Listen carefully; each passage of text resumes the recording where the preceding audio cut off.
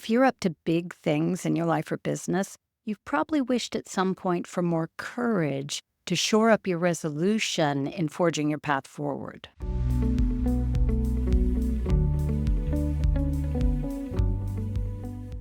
Today, I'll explain why courage is overrated and completely optional, and how to find what you really need in those moments instead.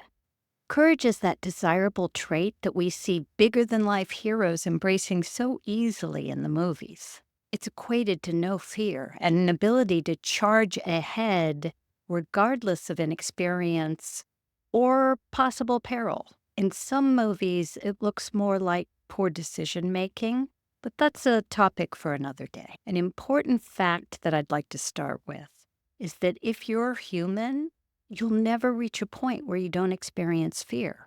The question is whether or not you allow it to deter you from your objective indefinitely. Fear is part of our programming. Your subconscious is alerting you to potential danger anytime it senses you doing something new or different. You can't make that survival instinct go away, but you can learn to work through it with ease and grace. Think about a time you experienced fear recently.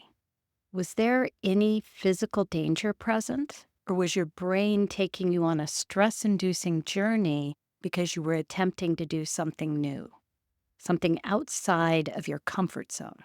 Your brain just wants to keep you safe.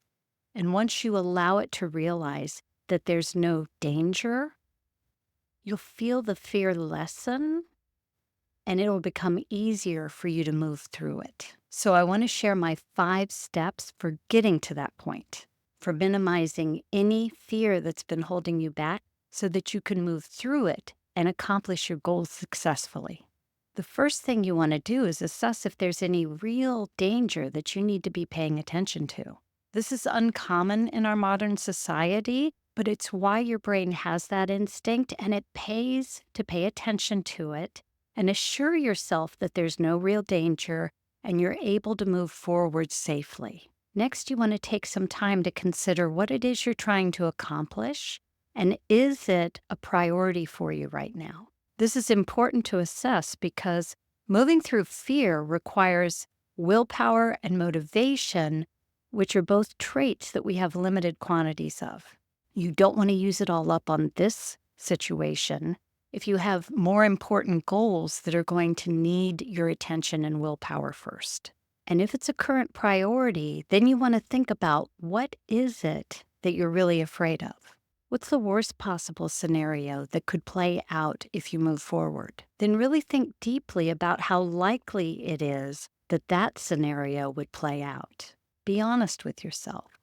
Normally, our worst nightmare is a very remote possibility of ever occurring. Then reassess what the outcome is that you would really like to happen and what the probability of your success is. This is what businesses call informed risk-taking. As you weigh the possibilities and outcomes, you'll become more confident in your decision if you decide to move forward. The next step is what I call training your brain. Your subconscious needs to understand that there is no real danger present and that you're safe moving forward. And the way you program it is by role-playing or visualizing yourself taking those actions you've been avoiding. Your brain doesn't know the difference between real life and make-believe and forms the impression that you have actually taken those actions before and were completely safe doing so. After all of this, if you're still experiencing a level of fear that's keeping you from getting started, you'll need to work on your identity. This is who your subconscious believes you are. And if it doesn't see you as someone who can safely move forward, it'll continue to throw up obstacles and resistance. The easiest way to uplevel your identity is to start taking very small micro actions that will move you forward right away. An example I like to use is someone who's trying to overcome a fear of the water. I would not recommend to them that they just be courageous and jump in the deep end and get over it. What they're better served by doing is to ease into getting used to the water gradually.